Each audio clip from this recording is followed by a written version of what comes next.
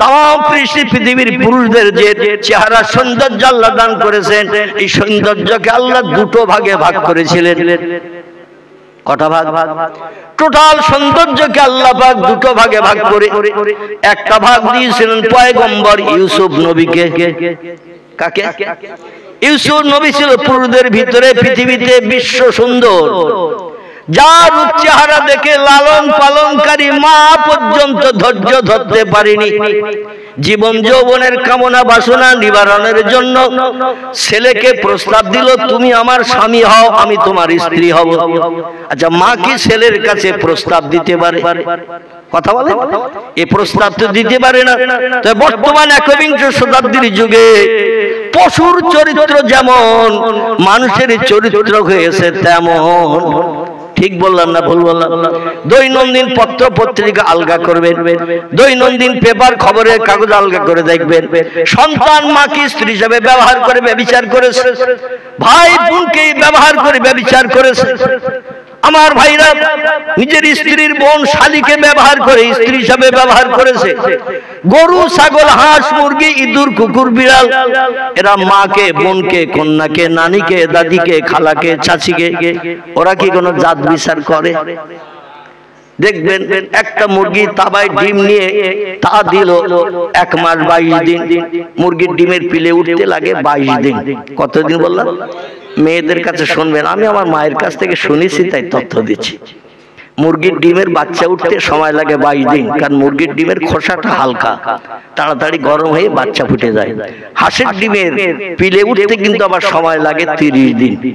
কদিন? 29-30 দিন সময় লাগে, কারণ ওর খোসা মোটা, ও গরম লেগে তা লেগে বাচ্চা ফুটতে একটু দেরি হয়। তো এই 10টা ডিম নিয়ে একটা মুরগিকে তাবায় মেয়েরা বসিয়ে দেয় না, ডিম নিয়ে তাবায় বসিয়ে দেয়, মানে পিলে পালা বাড়িয়ে মোরদের বংশ বিস্তার করার জন্য, যাতে আত্মীয় স্বজন আপনজন আসলে আর বাজার থেকে কিনে আনতে হবে না, বিসমিল্লাহ আল্লাহু আকবার করে দিলে অন্তত অতীতের তা রক্ষা হবে। ঠিক কিনা?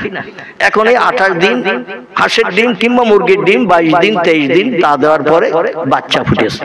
আচ্ছা, বাচ্চা ফুটে গেলে ওই সন্তানদের মায়া মায়ের হৃদয়ে আসে না? নাই? সন্তানদের মায়া আছে, সন্তানেরা কুসকাজ করছে, ওদের ভাষায় বলছে ক্ষুধা পেয়েছি খাদ্য দাও। আমরা তো ওদের ভাষা বুঝি না।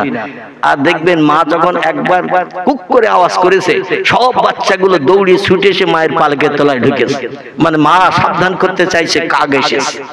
কি এসেছে? কাক এসেছে, তাড়াতাড়ি কাছে আয়, অন্যথায় তোরে হাবিস করে নিয়ে চলে যাবে। ও ভাষা আমরা বুঝি না, ওরা ওদের ভাষা ভালো রকম বোঝে। জোরে বলুন একটু সুবহান।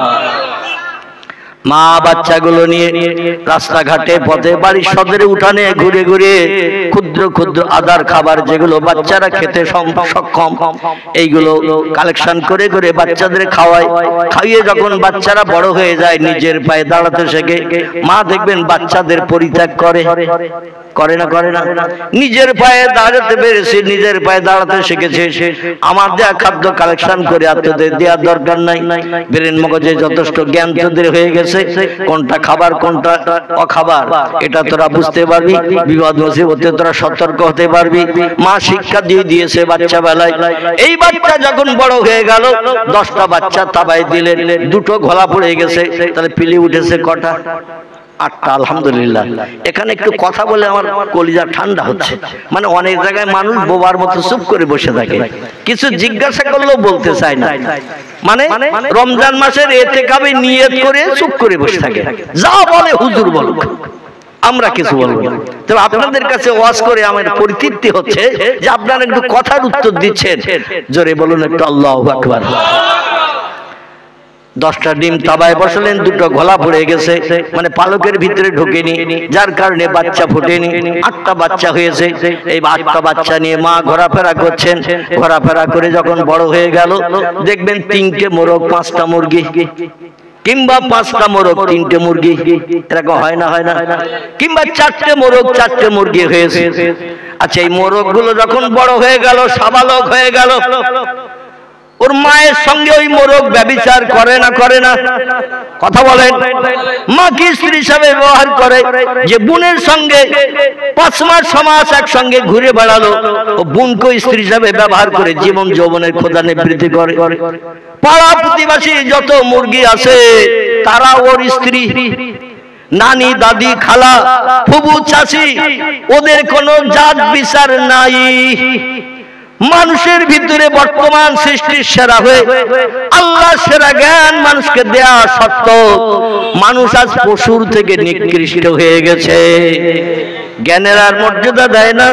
আল্লাহ তাই কোরআনে তত্ত্বঘট করে বলছেন, উলাইকা কাল আনআম বাল হুম আদল ওয়া উলাইকা হুমুল গাফিলুন। চিল্লায়ে বলুন একটা আল্লাহু আকবার। আল্লাহ বলছেন ব্রেন মগজে জ্ঞান দিয়েছি, কোনটা ন্যায় কোনটা অন্যায়, কোনটা ভালো কোনটা মন্দ, কোনটা সত্য কোনটা মিথ্যা, তোমাদের যাচাই করার জন্য তোমাদের মগজে স্পেশাল জ্ঞান দিয়েছি, যে জ্ঞান কোন সৃষ্টির আমি দিই নাই। কিন্তু জ্ঞান পাওয়া সত্ত্বেও যদি তোমরা জ্ঞানের মর্যাদা না দাও, উলাইকা কাল আনাম, তাহলে তোমরা হবে চতুষ্পদ জন্তুর সমান। ইঁদুর, কুকুর, বিড়াল, চতুষ্পদ জন্তু যারা আছে, গরু, ছাগল, এরা চতুষ্পদ কিনা? ওরা যেমন মা কি স্ত্রী হিসাবে ব্যবহার করে, বোন কি স্ত্রী হিসাবে ব্যবহার করে, নানি, দাদি, খালা কারো ছাড়ে না। তোমরা যদি সেই রকম চরিত্র নষ্ট করে পশুর মতো আদর্শ নাও, তোমরা হলে চতুষ্পদ জন্তুর সমান। আল্লাহ বলছেন বালহুম আদল, বরং চতুষ্পদ জন্তুর থেকেও তোমরা নিকৃষ্ট। তার কারণ তারা প্রাইমারি স্কুলে ভর্তি হয়নি জ্ঞান অর্জনের জন্য, হাই স্কুলে ভর্তি হয়নি, কলেজে ভর্তি হয়নি, বিশ্ববিদ্যালয়ে যায়নি, তারা কোন জায়গায় শিক্ষা অর্জন করেনি। তোমরা তো সব জায়গায় যে শিক্ষা অর্জনের সুযোগ পেয়েছো, জ্ঞান অর্জনের সুযোগ পেয়েছো, এরপরও যদি তোমরা তাদের মতো চরিত্র তৈরি করে মাকে, বোনকে, কন্যাকে, চাচিকে, দাদিকে, নানিকে মর্যাদা যদি না দাও, তাহলে চতুষ্পদ জন্তুর থেকেও তোমরা নিকৃষ্ট। উলাইকা হুমুল গাফিলুন। আল্লাহ বলেন তোমরা হলে গাফেল, অপদার্থ। সৃষ্টির শ্রেষ্ঠ জীব হিসাবে তোমাদের 1 পয়সার দাম আমি আল্লাহ আমার কাছে নাই। এই জন্য আল্লাহ কোরআনে তত্ত্ব দিয়েছেন চরিত্র সংরক্ষণ করবে। আমি যা কিছু বানিয়েছি সব জোড়া জোড়া করে বানিয়েছি। কথাটা ঠিক না ভুল? জান্নাতের সঙ্গে জাহান্নামের জোড়া করেছেন আল্লাহ, চন্দ্রের সঙ্গে সূর্যের জোড়া করেছেন আল্লাহ, রাতের সঙ্গে দিনের জোড়া করেছেন আল্লাহ, এমন করে জমিনের সঙ্গে সাগরের জোড়া করেছেন আল্লাহ। আল্লাহ আবার বললেন ও খালাকনাকুম আজওয়াজা, আমি দুনিয়ার সংসার জীবনে সুখভোগের জন্য, জীবন যৌবনের ক্ষুধা নিবৃত্তির জন্য আমি মানুষকে জোড়া করে পৃথিবীতে পাঠিয়েছি। একটা পুরুষের জীবন যৌবনের ক্ষুধা কোনদিন নিবৃত্তি হতো না। সংসার জীবনে যত অর্থ সম্পদ, ভালো মন্দ খাবার থাক, দুনিয়ায় সুখী জীবন গঠন করতে পারত না একটা নারী যদি তার পাশে এসে না দাঁড়াতো। কথাটা ঠিক কিনা? আর একটা নারীর জীবনের 1 পয়সা মূল্য থাকতো না একটা পুরুষ যদি তার পাশে এসে না দাঁড়াতো। একে অপরের জীবন যৌবনের ক্ষুধা নিবৃত্তির জন্য আমি আল্লাহ মানুষকে জোড়া করে পাঠিয়েছি। পৃথিবীর যত সৃষ্টি প্রেম ভালোবাসা তৈরি করে, জীবন যৌবনের ক্ষুধা নিবৃত্তি করে, বংশ বিস্তার করে, তোমাদেরও তেমন বংশ বিস্তারের সুযোগ দিয়ে দিয়েছি। নারী পুরুষ মেলামেশা করবে, নারীর গর্ভে সন্তান আসবে, তো পশুর মতো আদর্শ নিয়ে নয়। হুন্না লিবাসুল লাকুম ওয়া আনতুম লিবাসুল লাহুন্না, নারীর গায়ের পোশাক করেছি পুরুষকে, পুরুষের গায়ের পোশাক করেছি নারীকে। পোশাক ছাড়া রাস্তায় যেমন চলতে পারি না, পোশাক ছাড়া উলঙ্গ হয়ে কেউ কি আকবরের দোকানের সামনে যেতে পারবে? পারবে? যদি বলা হয় 200 টাকা দেব, যাবে কেউ দিনের বেলা? বলে আমার গুপ্তাঙ্গ সব তো দেখে নেবে লোক, 200 টাকার প্রয়োজন নাই। উচ্চ শিক্ষিত জ্ঞানী মানুষ যদি হয় 500 1000 দিলেও যাবে? যাবে না।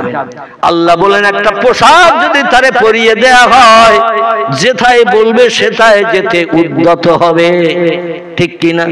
এই জন্য নারীর গায়ের পোশাক বানিয়েছি পুরুষকে, পুরুষের গায়ের পোশাক বানিয়েছি নারীকে। একে অপরের সঙ্গে অর্ধাঙ্গী করে বানিয়েছি, একে অপরের ব্যবহার, আচার অনুষ্ঠান, সেবা যত্ন ছাড়া পৃথিবীতে মানুষ কোনদিন সুখী জীবন গঠন করে বাস করতে পারবে না। তবে শোনো, আমি আল্লাহ আমার পাক কালাম কোরআন মজিদ তোমাদের জন্য গাইড বুক করে দিয়ে দিয়েছি, জীবন বিধান করে দিয়েছি। আমার জীবন বিধান গাইড বুক মেনে যদি চলো, তাহলে তোমরা হবে পৃথিবীতে সৃষ্টির শ্রেষ্ঠ। আল্লাহ কোরআনে সূরা 3-এ যে তত্ত্বটা দিয়েছেন, লাকাদ খলাকনাল ইনসানা ফি আহসানি তাকওয়িম, সমস্ত সৃষ্টির ভিতরে তোমরা হলে সেরা। ওই মর্যাদা তখন পাবে, ওই দাম তখন পাবে আমার গাইড বুকের জীবন বিধান মেনে যখন চলবে। জোরে বলুন একটু আমিন।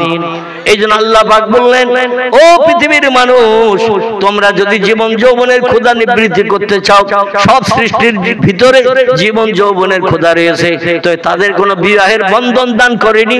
আমি প্রথম মানুষ যারে বানিয়েছিলাম তার নাম হলো আদম সফিউল্লাহ। কি নাম? তার নাম হলো আদম সফিউল্লাহ। জান্নাতুল মাওয়া নামের একটা জান্নাত আছে সপ্তম আসমানের উপরে।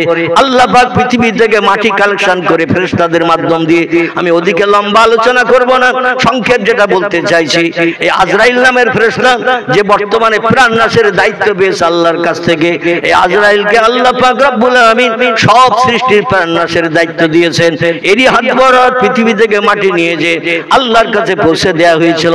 জিবরিল আমিনের মারফত একটা বডি বানানো হয়েছিল মাটি দিয়ে। কি বানানো হয়েছিল? একটা বডি। আমরা বাংলা ভাষায়, সাধু ভাষায় যারে প্রতিমা বলি, কি বলি? আরো সাধারণ চলিত ভাষায় ঠাকুর বলি, ঠিক কি না?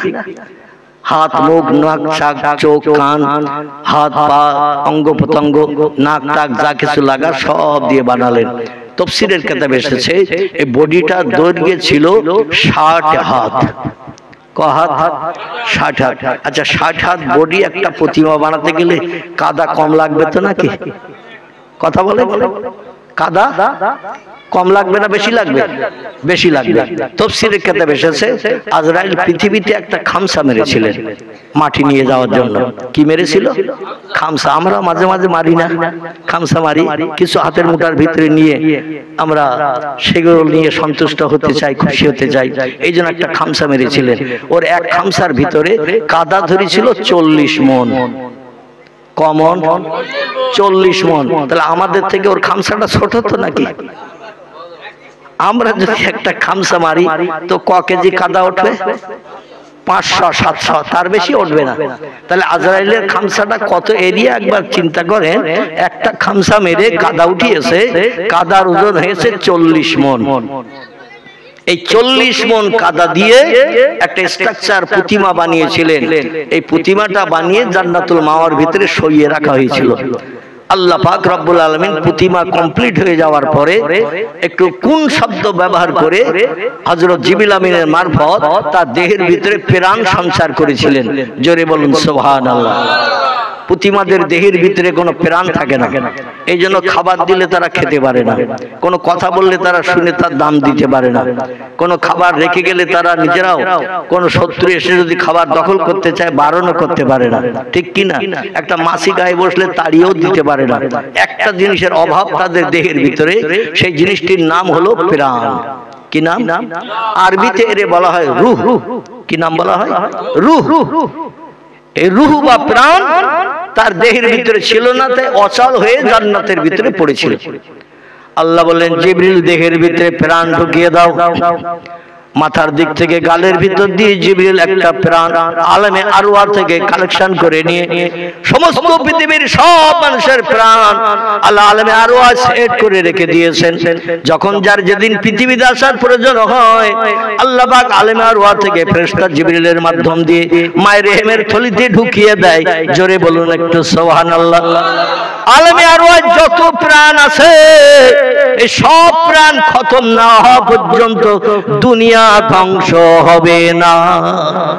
সমস্ত প্রাণগুলো আল্লাহ পাক আলেমে আরওয়াহ থেকে নিয়ে এই পৃথিবীতে মায়ের গর্ভে পাঠিয়ে দুনিয়ায় জন্মগ্রহণ করাবেন এবং তাদের কাজকর্মের বিচার আল্লাহ হাসরের ময়দানে করে কেউ বা হবে জান্নাতি, কেউ বা হবে জাহান্নামী।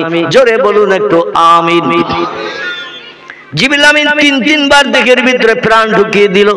হাত যেই বার করে নাই, দেহ থেকে প্রাণটা বার হয়ে যায়। আল্লাহ ডেকে বলে মা হালুকা মা কর গাইয়া রুহুল আমিন, ও আমার ফেরেশতা জিবরিল খবর কি? জিবরিল বলছে আল্লাহ প্রাণ ঢুকিয়ে দিলাম অচল দেহ সচল বানানোর জন্য, কিন্তু যেই হাত বার করি সঙ্গে সঙ্গে আমার হাতের সঙ্গে প্রাণটাও বার হয়ে আসে, অচল দেহ অচলই রয়ে গেছে।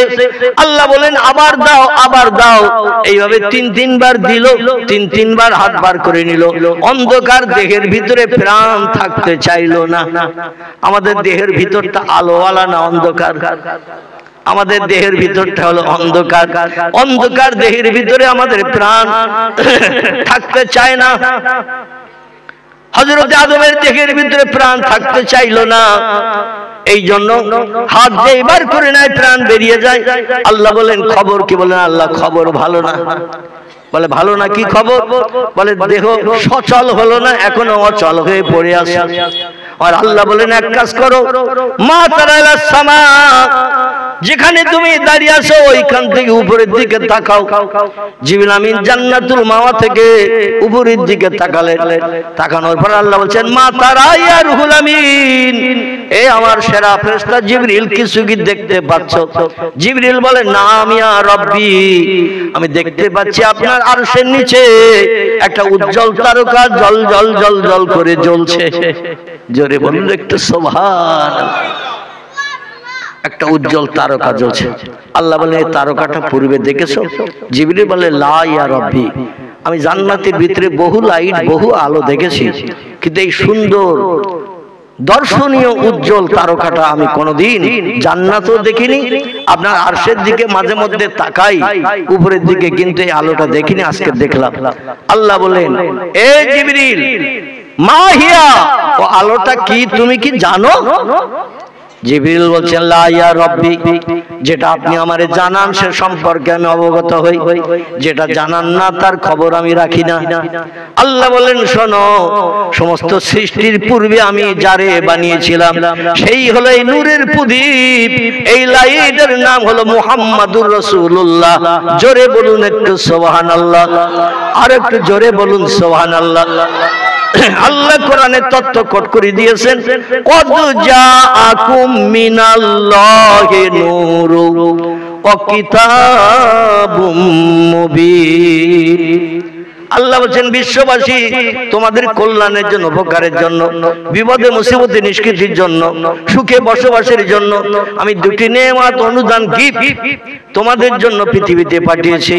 একটির নাম হলো কদ জাআকুম মিনাল্লাহি নূর, আমার তরফ থেকে একটা উজ্জ্বল প্রদীপ আলো লাইট পৃথিবীতে তোমাদের জন্য পাঠিয়েছি। বিখ্যাত তাফসীর কারকেরা কোরআনের তাফসীর লিখেছেন, যারা অধিকাংশ তাফসীর কারক একমত হয়ে লিখেছেন আল্লাহ যে নূরের কথা বললেন মানুষের কল্যাণের জন্য, উপকারের জন্য পৃথিবীতে পাঠিয়েছেন। এই নূরটি অন্য কেউ নয়, এই নূরটির নাম হলো নূরে মুহাম্মাদি সাল্লাল্লাহু আলাইহি সাল্লাম। জোরে বলুন একটু সুবহানাল্লাহ। একটা জয়ী হাদিসের ভিতরে এসেছে আউয়ালু মা খালাকাল্লাহু নূরি, যদিও ব্যাখ্যাকারীরা মুহাদ্দিসরা এই হাদিস শরীফটাকে জয়ীব দুর্বল হাদিস বলেছেন। তো আমাদের ফুরফুরা শরীফের দাদা হুজুর পীর কেবলার কনিষ্ঠ সাহেব দাদা, যার নাম ছিল জুলফিকার আলী সিদ্দিকী, আমরা যাকে ছোট হুজুর বলে জানতাম, আমাদের এলাকায় যেথায় তিনি জলসায় আসতেন এই হাদিস শরীফটা তিনি বর্ণনা করে ব্যাখ্যা করতেন। জোরে বলুন একটু সুবহানাল্লাহ। যিনি ছিলেন আল্লাহর একজন ওলি বান্দা, অন্তরের চোখ অন্তরে কান আল্লাহ যাদের খুলে দিয়েছিলেন, তিনি কিন্তু হাদিসটা প্রতিটি জলসায় অধিকাংশ জলসায় তিনি বর্ণনা করতেন। আল্লাহ পাক সর্বপ্রথম যেটা বানিয়েছিলেন সেটা জিবরিল আমিন নয়, ইসরাফিল নয়, মিকাইল নয়, জান্নাত নয়, জাহান্নাম নয়, অন্য কিছুই আল্লাহ বানাননি। প্রথম যেটা বানিয়েছিলেন সেটা হলো নূরে মুহাম্মাদি সাল্লাল্লাহু আলাইহি সাল্লাম। আর নূরে মুহাম্মাদি থেকে কিঞ্চিত কিঞ্চিত নিয়ে আল্লাহ পাক বাকি সৃষ্টিগুলো সব বানিয়েছেন। চিল্লাই বলুন একটু সুবহানাল্লাহ। আল্লাহ বলেন ওই লাইটের দিকে দৃষ্টি নিক্ষেপ করো। লাইট জিবরিল দেখলেন, আল্লাহ বলেন মা তারা কি দেখছো? বলে একটা উজ্জ্বল লাইট জ্বলতে দেখছি। আল্লাহ বলে লাইট থেকে কিঞ্চিত আলো নাও। ওই লাইট থেকে কিঞ্চিত আলো তুমি তোমার কুদরতি হাত, তোমার যে হাত দিয়েছি ওই হাত বাড়িয়ে দাও, আমি আল্লাহ আমার আরশ কুরসির নিচে থেকে ওই লাইটের কিঞ্চিত আলো তোমার হাতে দিয়ে দেব। আল্লাহ পাক তার হাতে একটু আলো দিয়ে দিলেন। ওই নূরে মুহাম্মাদির লাইট থেকে আলোটা নিয়ে আল্লাহ বলেন আগে ওই দেহের ভিতরে ঢুকিয়ে দাও। দিয়ে দেহের অন্ধকারটা দূর করো, তারপরে এবার প্রাণটা ঢুকিয়ে দাও, দিয়ে দেখো প্রাণটা সেট হয় কিনা। নূরে মুহাম্মাদির লাইট বিশ্ব নবীর কাদামাটির দেহের ভিতরে যেই ঢুকিয়ে দেয়া হলো আদমের দেহের ভিতরে, যেই ঢুকিয়ে দেয়া হলো, দিয়ে দেহটা অন্ধকারটা দূর হয়ে গেল। এবার প্রাণটা চতুর্থবার যখন ঢুকিয়ে দিলেন, প্রাণটা হাতের সঙ্গে আর বার হয়নি, প্রাণটা দেহের ভিতরে সেট হয়ে গেছে। জোরে বলুন একটু সুবহান। অচল দেহ সচল হয়ে গেছে। এই অচল দেহ প্রাণ পাওয়ার কারণে যেই সচল হয়ে গেল, দেহটা জান্নাতের জমিন থেকে উঠে বসেই জবান দিয়ে আওয়াজ তুলেছেন আলহামদুলিল্লাহ। কি আওয়াজ তুলেছে? আলহামদুলিল্লাহ। আর আমরা রাস্তায় যদি ইটের মাথায় হোঁচট খাই তো আমরা বলি বাপ গো, যদি খয়ের মাথায় হোঁচট খাই বলি মা গো, বাপ রে, মা রে। বিপদে মুসিবতে পড়লো আল্লাহর নামের আওয়াজ আমাদের জবানে জারি হয় না। আর আদম যেই প্রাণ পেলেন, দেহটা অচল দেহ যেই সচল হয়ে গেল, সঙ্গে সঙ্গে বললেন আলহামদুলিল্লাহ। সবাই একটু বলুন, আগামী দিন সকালবেলা নাও বেঁচে থাকতে পারি, ঠিক কি না? তো আল্লাহর নামের একটু প্রশংসা করে যেন কবরে যেতে পারি। সবাই একটু গলা ছেড়ে বলুন আলহামদুলিল্লাহ।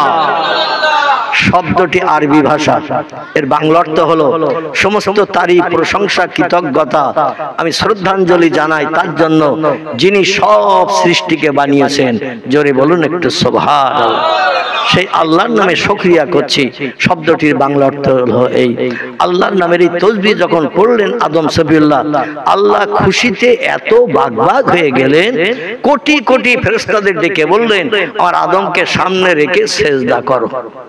কারণ প্রাণ পেয়েই যখন আমার নামে তাসবিহ পড়েছে, আমার মানুষ বানানো সার্থক হয়েছে, আমার মানুষ বানানো সার্থক হয়েছে। এই জন্য তোমরা আমার সৃষ্টির সেরা সৃষ্টি যে মানুষ আমি বানানোর চিন্তা নিয়েছিলাম, আর তোমরা বলেছিলে ক্বালু ইয়াসফিকু দিমা ওয়া নাহনু নুসাব্বিহু বিহামদিকা ওয়া নুকাদ্দিসু লাক। ফেরেশতারা বলেছিল আল্লাহ জিন জাতিদের আগে আগুন দিয়ে বানিয়েছিলেন, পৃথিবীতে পাঠিয়েছেন, ওরা মারামারি, কাটাকাটি, অশান্তি, ব্যভিচারী, পরের অর্থ আত্মসাৎ, একে অপরের প্রাণনাশ, এইগুলো পৃথিবীতে করে ওরা অশান্তি বাঁধিয়েছে। আল্লাহ এই জন্য জেনেদের অত্যাচার, উৎপীড়ন, পৃথিবীর জমিনে অসভ্যতা আপনি তো পছন্দ করছেন না বলে আবার একটা নতুন সৃষ্টি পৃথিবীতে পাঠাতে চাচ্ছেন আপনার ইবাদতের জন্য। আল্লাহ সেটা বানাবেন কাদামাটি দিয়ে, তো মানুষ আর বানাতে হবে না। মানুষ বানালে ওরা পৃথিবীতে জেনেদের মতো মারামারি করবে, রক্তক্ষয়ী সংগ্রাম করবে, একে অপরের সঙ্গে হিংসা বিদ্বেষ করবে, অশান্তি করবে, গালিগালাজ করবে, একে অপরের মাল আত্মসাৎ করে খাবে, একে অপরের প্রাণ নাশ করবে, জেনেরা যেমন করছে। মানুষ বানাতে হবে না। আল্লাহ বললেন ক্বালা ইন্নী আলামু মা লা তা'লামুন। আল্লাহু আকবার। আল্লাহ বলছেন আমি যা জানি তোমরা তা জানো না। তোমরা বলছো জেনেদের দিকে দৃষ্টিক্ষেপ করে মানুষ বানিয়ে পৃথিবীতে পাঠালে ওরাও জেনেদের মতো মারামারি, কাটাকাটি, অশান্তি করবে, কিন্তু আমি আল্লাহ যা জানি তোমরা তা জানো না। তোমরা বারণ করলেও বানাবো আর অনুমতি দিলেও বানাবো, আমি বানিয়ে তোমাদের দেখিয়ে দেব মানুষ পৃথিবীতে অশান্তি করবে না। জোরে বলুন সুবহানাল্লাহ। আচ্ছা, এখন আমরা অশান্তি করি না? আল্লাহরে নেই আমরা কথা বলে, আবার বাবাজি মাথানা দিয়ে বলছে নেই। আচ্ছা, নেই যদি আপনি বলেন, তাহলে আজকের আপনাদের এলাকায় কোনো মসজিদ আছে? এলাকায় নেই, কিন্তু আপনারা কি মসজিদ নেই বলে নামাজ পড়েন না, এরকম আছেন নাকি? ইমানদার, মুমিন, দাড়িওয়ালা, টুপিওয়ালা এরকম মানুষ, এরা বাড়িতেও নামাজ পড়ে না? পড়ে। এখন যেটা আমি আপনাদের কাছে বলতে চাইছি, মসজিদে মুয়াজ্জিন সাহেব কবার আজান দেয়? 5 বার। আচ্ছা, মুয়াজ্জিন সাহেবের আজানের প্রথম ওয়ার্ড শব্দটা কি? আল্লাহু আকবার। এই আল্লাহু আকবার শব্দ দিয়ে মুয়াজ্জিন আজান ধ্বনি দেয়। আর মুয়াজ্জিন আজান দিলে প্রত্যেকটি মুমিন, মুসলমান, ইমানদারদের কর্তব্য হলো দুনিয়ার ব্যবসা বাণিজ্য, কাজকর্ম, বিবি বাচ্চার মায়া মহব্বত ছেড়ে শান্তির সজ্জা বিছানায় লাথি মেরে মসজিদে বা জামাত নামাজে হাজির দিতে হবে। এটা মুসলমানদের কাজ কিনা? এটা হলো ফরজ, অবশ্য কর্তব্য, আল্লাহর হুকুম। কিন্তু আমরা কি মুয়াজ্জিনের আজানের মর্যাদা দেই? কথা বলে, আমরা মুয়াজ্জিনের আজানের মর্যাদা দেই না। আমরা একটু রমজান মাসে রোজা রাখি, কিছু কিছু মুসলমান আছে শিবলি সাহেব মার্কা, কি সাহেব বললাম? শিবলি, শিবলি খেজুর গাছ কাটে যারা, ও সপ্তাহে একদিন করে খেজুর গাছের মাথা একটু চেঁচে যায়, আর পরের দিন সকালবেলা এক কলসি জিরেন রস পায়। ঠিক বললাম না ভুল বললাম? আচ্ছা, ওই খেজুর গাছের মাথার থেকে তারপরের দিন যে রস বার হয় ওটা জিরেন তো? ওটা কি রস? ওলা রস। আচ্ছা, তারপরের দিন 3 দিনের দিন ওটারে বলা হয় নিম ঝরা। মানে ও কিন্তু আর প্রথম দিনের রসের মতো মিষ্টি মধুর হবে না, ও হবে তিতো। ঠিক কি না? রমজান মাসে একটু রোজা রাখলাম, একটু মসজিদে গেলাম, রমজানের রোজা রেখেছি তাই, আর রমজান পেরিয়ে গেছে, টুপি আড়ার মাথায় উঠে গেছে। ঠিক না ভুল? টুপি আড়ার মাথায় উঠে গেছে। পাঞ্জাবি কোন বস্কার ভিতরে ঢুকেছে আল্লাহই খবর রাখে। ঈদের দিন একটু পাঞ্জাবির খবর হবে। ঠিক বললাম না ভুল বললাম? বছরে 2 দিন একটু পাঞ্জাবির খোঁজ হয়, আর সারা বছর প্যান্ট আর শার্ট। ঘোড়া যেমন দাঁড়িয়ে দাঁড়িয়ে পেশাব করে, দাঁড়িয়ে খায়, দাঁড়িয়ে ঘুমায়, ঘোড়ার যেমন সব কাজ দাঁড়িয়ে, মুসলমান বর্তমানে এমন পোশাক করা শুরু করেছে, এরাও এখন আর বসে পেশাব করার সুযোগ পায় না। এরাও ঘোড়ার মতো দাঁড়িয়ে দাঁড়িয়ে খানাখন্দ, বাগান, বিল সব ভরাট করে দিয়ে দিচ্ছে। জোরে বলুন একটু নাউজুবিল্লাহ, জোরে বলুন নাউজুবিল্লাহ। আল্লাহ নবী সাল্লাল্লাহু আলাইহি ওয়াসাল্লাম বলছেন, মান আহাব্বা সুন্নতি ফাকাত আহাব্বানি ওয়া মান আহাব্বানি কানা মাই ফিল জান্নাহ। জোরে বলুন একটু আল্লাহু আকবার। রাসূল বলছেন, যে লোকটি আমার মতো মাথায় টুপি দিল, আমার মতো বুকে দাড়ি রাখলো, আমার মতো হাঁটুর নিচে লম্বা জামা পরিধান করে রাস্তাঘাটে, পথে, হাটে, মাঠে, মার্কেটে, বাজারে, শ্বশুর বাড়ি, জামার বাড়ি, যেথায় যাক না কেন, আমি মুহাম্মদ, আমার বাহ্যিক সুন্নত হলো 3টি। একটি হলো মাথার টুপি, 2 নম্বর মুখের দাড়ি, 3 নম্বর হাঁটুর নিচে লম্বা জামা। এই বাহ্যিক সুন্নত 3টি যে লোকটি ভালোবেসে আমার সুন্নতকে পছন্দ করে দেহের সঙ্গে অ্যাডজাস্ট করে নিল, কানা মাই ফিল জান্নাহ, আমি আর সেই লোকটি আল্লাহর বেহেশতের ভিতরে এক জায়গায় বসে বসে সুখ ভোগ করব। নারায়ে তাকবীর। তাই টুপি মাথায় দেওয়া ভালো না খারাপ? ভালো। মুখে দাড়ি রাখা ভালো না খারাপ? কিন্তু আমাদের যুবক ভাইদের এমন চিন্তা ভাবনা, এক্ষুনি যদি 24 বছর বয়সে, 30 বছর বয়সে মুখে দাড়ি রাখি, তাহলে আমি বুড়ো দাদার মতো হয়ে যাব, কোনো যুবতী মেয়ে আমার দিকে আর ফিরে তাকাবে না। ঠিক বললাম না ভুল বললাম? যুবতী না তাকায় না তাকাক, ওরা তাকালে তো তোমার চোখের জেনা হবে। তুমি হাত দিয়ে কোনো খাবার অবৈধ মেয়ের হাতে তুলে দিলে হাতের জেনা হবে। জেনা শুধু গুপ্তঙ্গের হয় না, চরিত্র নষ্টের শুধু জেনা হয় না, জেনা চোখের হয়, জেনা কানের হয়, জেনা ঠোঁটের হয়, জেনা জিভের হয়, জেনা পায়ের হয়। কোন অবৈধ মেয়ে রাত 1টার সময় ফোন করেছে, অমুক জায়গায় তোমার যেন কাল 4:30টার সময় বিকালে পাই। ও সারা রাত বলছে আল্লাহ কখন সকাল হবে, আর তাড়াতাড়ি কাজ সেরে বিকাল 4:30টায় যেতে বলেছে, 3:30 যে হাজির দেবো 1 ঘন্টা আগে। এখানকার ছেলেরা ভালো, এই জিরাকপুর তো নাকি জায়গা না, জিরাকপুরের ছেলেরা ভালো, এরা মোবাইল মোটে ব্যবহার করে না, আর রাতের বেলা সুইচ অফ করে রাখে, যাতে অবৈধ কোনো মেয়ে যেন ফোন করার সুযোগ না পায়। এখানকার ছেলেদের নামে কোনো বদনাম দেব না, কারণ আমার আবার বাড়ি যাওয়া দুষ্কর হবে। ঠিক কি না? স্লোগান দেবে, হুজুরে ধর ঘা কত কষে দেয়, আমাদের নামে বদনাম দিয়েছে। আজ মোবাইল হলো অপকর্মমূলক কাজের 1 নম্বর হাতিয়ার। চরিত্র নষ্টের মূল কারখানা হলো মোবাইল। ঠিক বললাম না ভুল বললাম? এই মোবাইল মেশিন কাছে থাকলে দিনের বেলা, দিনের ভিতরে 24 ঘন্টা, রাত দিনের ভিতরে যত সময় না ঘুমাবেন, আপনার যে কত মিথ্যা কথা বলতে হয় তার ঠিক ঠিকানা নাই। আল্লাহ রাসূল জানিয়েছেন, আল কিযবু উম্মুজ জুনুব, মিথ্যা হলো পাপের মা। তিরমিজি শরীফের হাদিস। রাসূল বলছেন, যে লোকটি একটা বার মিথ্যা কথা বলে, একটানা 40 দিন তার কোনো ইবাদত বন্দেগী আল্লাহর দরবারে কবুল হয় না। জোরে বলুন একটু নাউজুবিল্লাহ। কতদিন?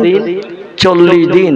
একটা বার মিথ্যা কথা বললে 40 দিন নামাজ কালাম কোরআন তেলাওয়াত জিকির আজগার কিছুই আল্লাহর দরবারে কবুল হবে না। 40 দিন পর্যন্ত আপনার মিথ্যার সংশোধনের জন্য আল্লাহ সময় দিয়েছেন। আচ্ছা, 39 দিনের মাথায় যে যদি আবার একটা মিথ্যা বলে, 40 পার হয়নি, 39 দিনের মাথায় ওইখান থেকে আবার ঠেলা হবে 40 দিন। এইভাবে ঠেলতে ঠেলতে দেখা যাবে জীবনের কোন নামাজ, কোন ওয়াজ নসিহত, কোন কলেমা শরীফের জিকির, তাসবিহ, তাহলিল, সুবহানাল্লাহ, আলহামদুলিল্লাহ, লা ইলাহা ইল্লাল্লাহর জিকির আল্লাহর দরবারে কবুল হয়নি। জবান নোংরা করেছি তাই। মিথ্যা বলা মানে হলো জবান নোংরা করা। এই জবান নোংরা করলে নোংরা জবানের কোনো তোহফা আল্লাহ গ্রহণ করবেন না। আমার ভাইরা, এই মোবাইল মেশিন হলো মানুষের চরিত্র নষ্টের একমাত্র মূল কারখানা হিসাবে আজ বিবেচিত হয়েছে। দেখবেন যাদের কাছে মোবাইল মেশিন থাকে এরা কথায় কথায় প্রায় মিথ্যার আশ্রয় নেয়। বন্ধু ফোন করেছে, কোথায় আছিস? বলছে আমি এখন বসিরহাট মার্কেটে আছি। ও বাড়ি বোর সঙ্গে গল্প করতেছে, মানে টাকা পাবে বন্ধু তো টাকা সাথী আসবে, তো বাড়ি বোর সঙ্গে গল্প করতেছে। কোথায় আসিস? বলছে আমি বসিরহাট মার্কেটে বাজার করতেছি। আবার ঘন্টা দেড়েক পরে ফোন করেছে আর এক বন্ধু, বলে কোথায় আসিস? বলে আমার বাড়ি যেতে 3 দিন বাকি, আমি এখন শ্বশুর বাড়ি আছি। কিন্তু পাড়ায় কোনো জায়গায় কর্মব্যস্ত কাজ করতেছি। আর বন্ধুর সঙ্গে ফোনে বলছে আমি এখন শ্বশুর বাড়ি আছি, বাড়ি যেতে 3 দিন বাকি। আচ্ছা, এরকম বলা হয় না? হয় না? স্ত্রীর সঙ্গে মিথ্যা কথা বলা হয়। কোথায় আসো? তো স্বামী এক অবৈধ নারীরে নিয়ে বসিরহাট মার্কেটের আশেপাশে কোথাও ফাংশন হচ্ছে, গান হচ্ছে, ভিডিও হচ্ছে, কিংবা কোনো কিছু অনুষ্ঠান হচ্ছে, সেইখানে এক অবৈধ মেয়েরে নিয়ে ঘুরে বেড়াচ্ছে। স্ত্রী জিজ্ঞাসা করছে রাত হয়ে গেছে, 10:30 11টা, এখনো বাড়ি আসলে না? বলছে আমি আকবরের দোকানে ওখানে বসে আছি। কিন্তু আছে অবৈধ মেয়েরে নিয়ে, যেখানে মেলা হচ্ছে, আনন্দ ফুর্তি হচ্ছে সেখানে। এরকমটা বলে না? বলে না? এই কথা বলে, এরকমটা বলে। আর এই কথা বলার কারণে, মিথ্যার আশ্রয় নেওয়ার কারণে আজকের আমাদের আমল কালাম আল্লাহর দরবারে কিছুই কবুল হয় না। আল্লাহর কাছে কিছু চাইলেও আল্লাহ দেয় না। আমার ভাইরা খুব ভালো করে শুনবেন, আমি আর লম্বা আলোচনা আপনাদের এগিয়ে নিতে যাচ্ছে না, কারণ পিছনে একটি উদ্দেশ্য চিন্তা ভাবনা আছে আমার, সেদিকে আপনাদের নিয়ে যাব। প্রিয় নবী মুহাম্মদ রাসূলুল্লাহকে মক্কার মানুষ ডেকে বলল, মুহাম্মদ কিরকম তুমি সকল বিশ্ববাসী শিক্ষক, টিচার, জ্ঞানী, তোমার একটু পরীক্ষা করব। রাসূল বললেন, নাম ইয়া জাদ্দি, ইয়া আম্মি, ইয়া আখি, ও আমার পাড়ার দাদারা, ও আমার পাড়ার চাচারা, ও আমার পাড়ার ভাইরা, আপনারা আমার যদি পরীক্ষা করতে চান পরীক্ষা করতে পারেন, কোনো আপত্তি নাই। জোরে বলুন সুবহানাল্লাহ। আবু জেহেল বলল, কি পরীক্ষা করব? আমি আগে প্রথম পরীক্ষা করি মুহাম্মদের জ্ঞানের দৌড় কতটা। আবু জেহেল বাড়ি থেকে, বাড়ির পাশাপাশি সব পাহাড়ি এলাকা, তো পাহাড়ের পাদদেশ থেকে নিচের থেকে কিছুটা কাকরের কুচি হাতের মুঠার ভিতরে করে নিয়ে কাবার চাতালে এসেছে। আর দেশের 6,500-এর মতো বস্তির লোকজন তাদের ডাক দিয়েছে, মুহাম্মদের পরীক্ষা হবে। মুহাম্মদ একটা পরীক্ষায় ফেল করলে সারা জীবন ওইটা তুলে ধরে তারে দোষারোপ করবো, আর বলো তোমার কথা শুনবো না, তুমি মিথ্যুক। আমাদের হাতে ছিল একরকম, তুমি বলেছ আর এক রকম, এই জন্য তোমরা সবাই এসো। তো সব দেশবাসী এসে কাবার চাতালে হাজির। এইবার আবু জেহেল বাড়ি থেকে আসার সময় মুঠার ভিতরে করে গোটা 5-7 পাথরের কুচি নিয়ে এসেছে। এসে বলছে, ইয়া মুহাম্মদ ইবনে আব্দুল্লাহ, এ আব্দুল্লাহর বেটা মুহাম্মদ, আমার হাতের ভিতরে কি আছে না দেখে যদি বলতে পারো তাহলে বুঝবো তোমার জ্ঞান আছে। তোমার ব্রেন মগজে আল্লাহ স্রষ্টা জ্ঞান দিয়েছে, না দেখেও তুমি বলতে পারো। এই দুনিয়ার বই পড়ার প্রয়োজন হবে না, স্রষ্টার তরফ থেকে তুমি সব তত্ত্ব পেয়ে যাবে। জোরে বলুন একটু সুবহানাল্লাহ। রাসূল বললেন, চাচা কি হাতে করে নিয়ে এসেছেন? আমিও দেখি নাই, দেশের জনগণ কাবার চাতালে যারা আছে তারাও কেউ দেখে নাই। তো আপনার হাতের মুঠা খুলতে হবে না, ওই মুঠার ভিতরে যা নিয়ে এসেছেন, আমি মুহাম্মদ ব্যক্তিকে, নবী না সাধারণ মানুষ, আপনার হাতের মুঠার ভিতরের ওই পাথরের কুচি ওই জবান খুলে তত্ত্ব দিয়ে দেবে ইনশাআল্লাহ। জোরে বলুন একটু সুবহানাল্লাহ। আবু জেহেল মুখ কালো হয়ে গেছে, বলে হায় রে, গোপনে কেউ দেখে নাই, আড়াল করে পাহাড়ের পাদদেশ থেকে গোটা কয়েক পাথরের কুচি মুঠার ভিতরে করে নিয়ে এসেছে। এলাকার কেউ জানে না, কেউ খবর রাখে না। আর মুহাম্মদ কি করে তত্ত্ব দেবে? আবার বলল, আপনার হাতের ভিতরে যে পাথরের কুচি আছে ওই জবান খুলে তত্ত্ব দেবে আমি কে? আল্লাহ নবী বললেন, ইয়া আইয়ুহাল হাজার, এ পাহাড়ের পাথরের কুচি, মানা, আমি কে একটু পরিচয় দাও। পাথরের কুচির আল্লাহ জবান খুলে দিয়ে দিলেন। পাথরের কুচি বলতে শুরু করলো, আনতা রাসূলুল্লাহ, আনতা নবী আল্লাহ, আনতা খাতামান নবিয়্যিন, লা শাক্কা ফিহি। জোরে বলুন একটু আল্লাহু আকবার। আল্লাহ রাসূল বলেন মা সামেতা ইয়া আম্মি, ও চাচা এখন হাতের মুঠা খোলো নাই, মুঠার ভিতর থেকে আওয়াজ জারি হয়ে গেছে, আওয়াজ চালু হয়ে গেছে, আর আমার সম্পর্কে আপনার মুঠার ভিতরে পাথরের কুচি কি তত্ত্ব দিয়েছেন ও দেশবাসী, আর তোমরা কি সবাই শুনতে পেয়েছো? সবাই বলে নাম ইয়া মুহাম্মদ ইবনে আব্দুল্লাহ, ও মক্কার অধিবাসী আব্দুল্লাহর বেটা। মুঠা এখনো খোলে নাই, মুঠার ভিতরে কি আছে আমরা দেখি নাই, তুমি অ্যাডভান্স তত্ত্ব দিয়েছো পাথরের কুচি, আর পাথরের কুচির আল্লাহ জবান খুলে দিয়ে তোমার স্রষ্টা তার জবান খুলে দিয়ে আমাদের কাছে তত্ত্ব দিয়েছে। তুমি হলে আখিরি জমানার নবী, তুমি বেশক আল্লাহর রাসূল, এই কথায় কোনো সন্দেহ নাই। রাসূল বললেন তাহলে আমি পয়গম্বর কিনা? ও চাচা বলেন। চাচা বলল 3 দিন সময় দিতে হবে, এক্ষুনি তথ্য দেয়া যাবে না। বিশ্বনবী এক একদিন এক একটা তত্ত্ব দিয়েছে, আর ওরা তত্ত্ব শুনে হা হয়ে বাড়ি চলে গেছে, কলেমা পড়তে চায়নি। দাওয়াত দিয়েছিল মক্কা নগরীতে 13 বছর। ক বছর? 13 বছর। শেষে যখন সব প্রশ্নের উত্তর পয়গম্বর এক এক করে দিল, ওরা বলল মোহাম্মদ কি বড় জাদুকর তার ঠিক নাই। ও মোহাম্মদ আমরা একটা প্রশ্ন নিয়ে এসেছি। আল্লাহ রাসূল বলেন মা সালাকা ইয়া আম্মি ইয়া জাদ্দি, ও পাড়া দাদারা চাচারা কি প্রশ্ন আবার নিয়ে এসেছো? বলে আমাদের এই মক্কা নগরী থেকে একদল ব্যবসায়ী 15 থেকে 16 জন ব্যবসায়ী সিরিয়ার দেশে ব্যবসা করতে চলে গেছে 1.5 মাস আগে। ক মাস? 1.5 মাস আগে ব্যবসা করতে চলে গেছে সিরিয়ার দেশে। বর্তমান আমাদের ধারণা তারা ব্যবসা করে টাকা পয়সা নিয়ে মক্কা নগরীতে বিবি বাচ্চার মায়ায় ফিরে আসছে, কারণ 1.5 মাসের মতো হয়ে গেছে। বর্তমানে আজকের এই দুপুর বেলা আমাদের দেশের ব্যবসায়ীরা কোথায় কোন জায়গায় আছে, এই তত্ত্বটা মক্কা নগরীর কাবার চাতলে দাঁড়িয়ে যদি তত্ত্বটা সঠিক বলতে পারো, তাহলে আমরা সন্দেহ করব না তুমি আল্লাহর পয়গম্বর, আমরা সবাই মেনে নেব, বিশ্বাস করব। জোরে বলুন সুবহান। রাসূল যখন নিজের মগজ ধলাই করে কোনো তথ্য দিতে পারতেন না, একটু মাথাটা আকাশের দিকে উঁচু করতেন। আল্লাহ কোরআনে জানিয়ে দিলেন মা ইয়ান্তিকু আনিল হাওয়া ইন হুয়া ইল্লা ওয়াহু ইউহা। জোরে বলুন একটু আল্লাহু আকবার।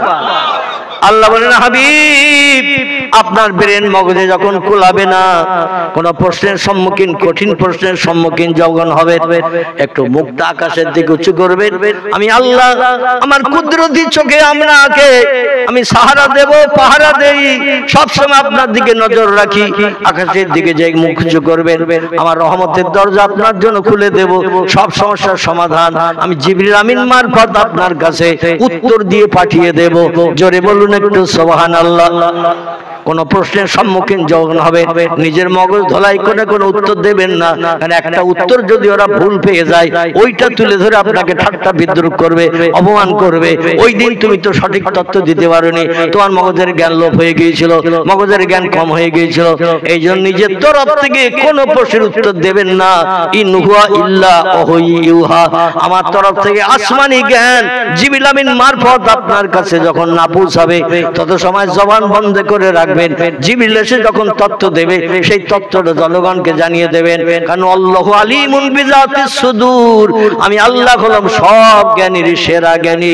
বান্দাদের অন্তরে গোপন খবর রাখি, বান্দা চোখের ইশারায় যে কথা বলে সেটাও পর্যন্ত আমি আল্লাহ বুঝি। জোরে বলুন একটু সুবহানাল্লাহ। আমার ওহী অপেক্ষা করবেন। আল্লাহ পাকের পয়গম্বর মাথার আকাশের দিকে উঁচু করেছেন, সঙ্গে সঙ্গে আল্লাহ বলে ইযহাব ইয়া জিবরিল ইলা রাসূলিহি, ও আমার ফেরেশতা জিবরিল রে তাড়াতাড়ি করে আমার পয়গম্বরের কাছে যা। মক্কার মানুষ প্রশ্ন করেছে, আমার পয়গম্বরের কাছে জানতে চেয়েছে। মক্কার অধিবাসী 15 থেকে 16 জন ব্যবসায়ী সিরিয়ার দিকে সংসারের উন্নতির জন্য সিরিয়ার দেশে ব্যবসা করতে গিয়েছে। এখন বর্তমানে তারা কোথায় কোন জায়গায় আছে এই তথ্যটা জানতে চাইছে। যেটা আমরা দেখতে পাই না সেটা দেখতে পাই কে? জোরে বলেন। আমরা যে খবর জানতে পারি না সেটা আগে জানতে পারে কে? আমরা যে কাজটা তাড়াতাড়ি করতে পারি না সে কাজটা তাড়াতাড়ি করতে পারে কে? সে কাজটি করতে পারেন আল্লাহ, সেটা দেখতে পান আল্লাহ, সে খবরটা সবার আগে শোনেন আমার আল্লাহ।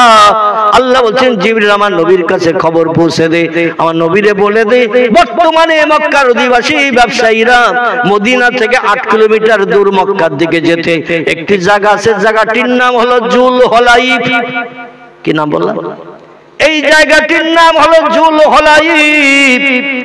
ওইখানে মক্কার ব্যবসায়ীরা ক্লান্ত পরিশ্রান্ত হয়ে কিছু খেজুর গাছ আছে, ওইখানে খেজুরের বাগান, ওই বাগানের খেজুর গাছের পাতার ছায়ায় বসে বসে বিশ্রাম করছে। বর্তমানে এই সময় আমার নবীকে যে তথ্যটা জানিয়ে দাও, আমার নবী যেন প্রশ্নের সম্মুখীন হয়ে লাজবাব না হয়। জোরে বলুন একটু সুবহানাল্লাহ। এই জন্য হাদিস শরীফে পয়গম্বর জানিয়েছেন মান কানা লিল্লাহি কানা আল্লাহু লাহু, যে লোকটি আল্লাহর আপন হয়ে যায় আল্লাহ তার আপন হয়। জোরে বলুন একটু সুবহানাল্লাহ। আমরা তো মেম্বারের আপন, প্রধানের আপন, এমএলএর আপন, বন্ধুর আপন, এমন করে স্ত্রীর আপন, স্ত্রী যেটা বলে সেটা শুনি, বাপ মাকেও পর্যন্ত মাঝে মাঝে গলা ধাক্কা দিয়ে থাকে। তবে আপনাদের এখানে এরকম ছেলে টেলে নাই, অনেক জায়গায় এমন খবরও পাওয়া যায় বাপ মারে বৃদ্ধাশ্রমে যে রেখে এসেছে সংসার জীবনে স্ত্রীকে নিয়ে সুখ ভোগের জন্য, এমনকি গলা ধাক্কা দিয়ে বার করে দিয়ে বলছে বাপের বাড়ি যা, খেতে আর দেব না। এ বলে না, বলে না? এমন নিদর্শন আছে না নাই? আল্লাহু আকবার। আজকে যাদের ওসিলা করে দুনিয়ার মুখ আমরা দেখলাম আর আজকে নিজের পায়ে দাঁড়াতে শিখেছি, তাদের আমরা লাথি মেরে গলা ধাক্কা দিয়ে ঘর থেকে বার করে দিয়ে সংসার জীবনে সুখ ভোগে চিন্তা করেছি। একদিন তুমিও বাবা হবে, একদিন তুমিও বুড়ো হবে, তোমার স্ত্রীও একদিন বুড়ি হবে, আর তোমার সন্তানদের একদিন ওই দাদা দাদির দৃশ্য দেখে তোমাকেও একদিন গলা ধাক্কা দেবে। ঠিক বললাম না ভুল বললাম? কারণ তুমি তোমার বাপ মারে গলা ধাক্কান দিয়ে বার করে দিচ্ছ, তোমার বাচ্চা ছেলেরা দাঁড়িয়ে দাঁড়িয়ে দেখছে, ওরা একদিন যেদিন বড় হবে তোমারও গলা ধাক্কান দেবে। কারণ বাংলা একটা প্রবাদ আছে, দেখা দেখি চাষ, গায়ে গায়ে বাস। একদিন সন্তানেরা তোমার গলা ধাক্কান দেবে, সেদিন বলবে দাদারে দাদিরে মাটির খুলিতে করে খেতে দিয়েছিলে, এমন করে মাটির কোটরায় করে পানি দিয়েছিলে, এখন তোমাদের কেন কাঁচের গ্লাস দেব? তোমাদেরও সেই মাটির কোটরা খুলি রেখে দিয়েছি, এখন তোমাদেরও দেব। কারণ তোমরা অচল, আয় ব্যয় করতে পারো না, কিছু দিতে পারো না। এখন বাপ দাদা কে যেমন পরিচয় দিয়েছিল, যেমন শিক্ষা দিয়েছিল, তেমন হয়ে গেছে। পয়গম্বর মুহাম্মদ রাসূলুল্লাহ মক্কাবাসীদের ডেকে বলে, রে মক্কাবাসীরা, বর্তমান আজকের এই দুপুর বেলা তোমাদের পাড়া প্রতিবাসী ব্যবসায়ীরা মদিনার দেশের জুল হলাইফ বলে একটি খেজুর বাগান আছে, ওই জায়গায় গাছের তলায় বসে ক্লান্ত দেহ বিশ্রাম করে একটু ক্লান্তি দূর করছে। জোরে বলুন সুবহানাল্লাহ। বলে ওদের বাড়ি আসতে কতদিন লাগবে? রাসূল বলেন 13 থেকে 14 দিনের মাথায় তারা ঘরে ফিরতে পারবে। ওরা অপেক্ষা করতে লাগলো, তোমার কথাটা কেমন বাস্তব সত্য এটা আমরা একটু যাচাই করব, যাচাই করে দেখবো। 13-14 দিনের মাথায় মক্কার ব্যবসায়ীরা 15-16 জন মানুষ ফিরে এসেছে। আসলে কাবার চাতলে তাদের ডেকে বলছে, অমুক দিন এইবার এই সময়ে তোমরা কোথায় ছিলে বলো? সবাই এক বাক্যে বলছে, আমরা চিন্তা ভাবনা করে দেখলাম এখান থেকে 13 মতান্তরে 14 দিন আগে মদিনার দেশের একটি জায়গাটির নাম হলো জুল হলাইফ, সেখানে কিছু খেজুর গাছের বাগান আছে, ওই বাগানে সূর্যের রৌদ্র থেকে নিষ্কৃতির জন্য গাছতলায় বসে বসে আমরা একটু বিশ্রাম করছিলাম। জোরে বলুন সুবহানাল্লাহ। আল্লাহ নবী বলেন, মা সামেতা ইয়া জাদ্দি ইয়া আম্মি ইয়া আখি, ও পাড়ার দাদারা, ও পাড়ার চাচারা, ও পাড়ার ভাইরা, তোমাদের পাড়া প্রতিবাসী ব্যবসায়ীদের মুখে কি শুনলে? ওরা বলল, মুহাম্মদ তত্ত্বটা শুনলাম ভালো, তবে এখনই তোমার পয়গম্বর বলে মানা যাবে না, আরো কিছুদিন সময় দিতে হবে। জোরে বলুন নাউজুবিল্লাহ। কারণ আল্লাহ ওদের অন্তরে মোহর মেরে দিয়েছে। খতামাল্লাহু আলা কুলুবিহিম ওয়া আলা সামিহিম ওয়া আলা আবসারিহিম গিশাওয়াতু ওয়া লাহুম আযাবুন আযীম। জোরে বলুন একটা আল্লাহু আকবার। আল্লাহ বলেন, যাদের অন্তরে মোহর মেরে দিয়েছি, চোখ দেওয়া সত্ত্বেও তারা চোখে ভালো জিনিস দেখবে না, কান দেওয়া সত্ত্বেও ভালো কথা শুনবে না, ইবলিস শয়তানের আদর্শের অনুকরণ করবে। হাজার চেষ্টা করো পয়গম্বর, ওরা কলেমার দাওয়াত গ্রহণ করবে না। কিন্তু আমা ইউদলিল ইউদ্লিলহু ফালা হাদিয়া লা, আমি আল্লাহ পাক যারে গোমরা বানাবো কেউ তারে হেদায়েত দিতে পারবে না। মাইয়াহদিকিল্লাহু ফালা মুদিল্লা লা, আমি আল্লাহ যারে হেদায়েত দেব কেউ তারে গোমরা বানিয়ে রাখতে পারবে না। হাজার চেষ্টা করলেও হবে না, কারণ হেদায়েত দেওয়ার দায়িত্ব আমি আল্লাহ, আমার হাতে।